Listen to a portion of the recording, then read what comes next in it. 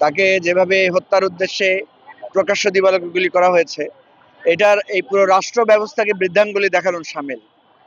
আমরা প্রথম থেকেই বলেছিলাম যে যারা জুলাই অভ্যুত্থানে অংশগ্রহণ করেছেন, তারা এই জুলাই অভ্যুত্থান শেষ হতে না হতেই তারা যেভাবে বিচ্ছিন্ন হয়েছেন, তারা যেভাবে একে অপরের বিরুদ্ধে বিষোদ্গারে লেগেছেন, আমরা তখনই আশঙ্কা করেছিলাম যে ফ্যাসিবাদ এই সুযোগটা গ্রহণ করবে, এবং সেটাই আজকে সত্য প্রমাণিত হয়েছে। দেখেন, জুলাই অভ্যুত্থানের সময় বিএনপি বলে কোনো কথা ছিল না, জামাত বলে কোনো কথা ছিল না, এনসিপি তো জন্মই হয় নাই। আমরা অন্যান্য দল, কোন দলের পরিচয়ে আমরা এই অভ্যুত্থানে আন্দোলনে অংশগ্রহণ করি নাই। বিএনপির যারা গ্রেফতার হয়েছিলেন, জামাতের যারা গ্রেফতার হয়েছিলেন, তারা কেউ জামাত বা বিএনপি হিসেবে গ্রেফতার হন নাই। তারা গ্রেফতার হয়েছিলেন জুলাই অভ্যুত্থানের মদতগার হিসেবে। কিন্তু এই জুলাই অভ্যুত্থান বিজয়ের পরে আমরা দেখলাম প্রত্যেকে নিজ নিজ দলে বিভক্ত হয়ে একে অপরের বিরুদ্ধে সংগ্রাম, একে অপরের বিরুদ্ধে কুৎসা, একে অপরের বিরুদ্ধে হিংসাত্মক কথাবার্তায় লেগে পড়েছেন। ফলে আমাদের জুলাই ঐক্যটা নষ্ট হয়েছে।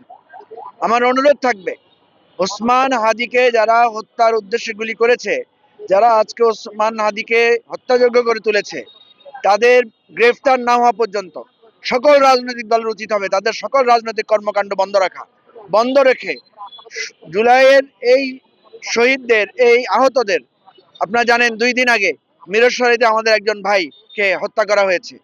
তাহলে এই হত্যাকাণ্ড এবং আঘাতের প্রতিবাদে বিচার এবং গ্রেফতার না হওয়া পর্যন্ত সকল রাজনৈতিক দলের উচিত হবে তাদের কার্যক্রম স্থগিত করা, নির্বাচনী কার্যক্রম স্থগিত করা।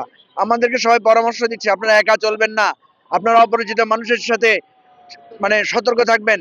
কি আশ্চর্য, নির্বাচন শুরু হয়েছে, আমরা যেখানে মানুষের কাছে ভোট চাইবো, সেখানে আমাদেরকে বলা হচ্ছে আমরা যাতে একা একা না ঘুরি, আমরা যাতে লোকজনের সাথে কথা বলতে সাবধানে বলি। তাহলে আমরা নির্বাচন কিভাবে করব? সুতরাং আমরা মনে করি নির্বাচনকে ভণ্ডুল করার জন্য এই যে অপচেষ্টা, এটাকে সবাই মিলে প্রতিহত করতে হবে, না হলে সামনে আরো দুঃসময় আমাদের জন্য অপেক্ষা করছে। ওসমান হাদির যে পরিণতি আজকে হয়েছে, এই পরিণতি পুরো বাংলাদেশের। সুতরাং ওসমান হাদির চিকিৎসার জন্য এই রাষ্ট্রের সর্বোচ্চ এফোর্ট দেওয়া দরকার। ওসমান হাদিকে বাঁচিয়ে রাখতে হবে, এবং আমাদের এই জুলাইয়ের প্রত্যাশাকে বাঁচিয়ে রাখলে বাংলাদেশ বেঁচে থাকবে। আমরা চাই এই সমস্ত নিরাপত্তার হুমকি দূর করে নির্বাচন যাতে সুষ্ঠু হয়, সে ধরনের একটা ব্যবস্থা এই সরকার করবে। বা এটা তো গ্রেফতারের কথা না, ওসমান হাদিকে তো আজকে কয়েকদিন ধরেই হুমকি দেওয়া হচ্ছে, ব্যারিস্টার ফুয়াদকে হুমকি দেওয়া হচ্ছে, হাসনাত আব্দুল্লাহ সহ জুলাই অভ্যুত্থানের সকল নায়কদেরকে হুমকি দেওয়া হচ্ছে, হুমকি দেওয়া হচ্ছে। এটা কি প্রশাসন জানে না? এই যে আপনার আওয়ামী লীগের টেলিগ্রাম চ্যানেলের মধ্যে যে আলোচনাগুলো হচ্ছে, সেখানে বলা হচ্ছে শেখ হাসিনাকে একজন বলছে যে আমরা ওদেরকে হত্যা করে ছাড়বো। শেখ হাসিনা বলছেন যে মুখে বললে হবে না, করে দেখাতে হবে। এগুলো তো পাবলিকলি এসেছে কথা।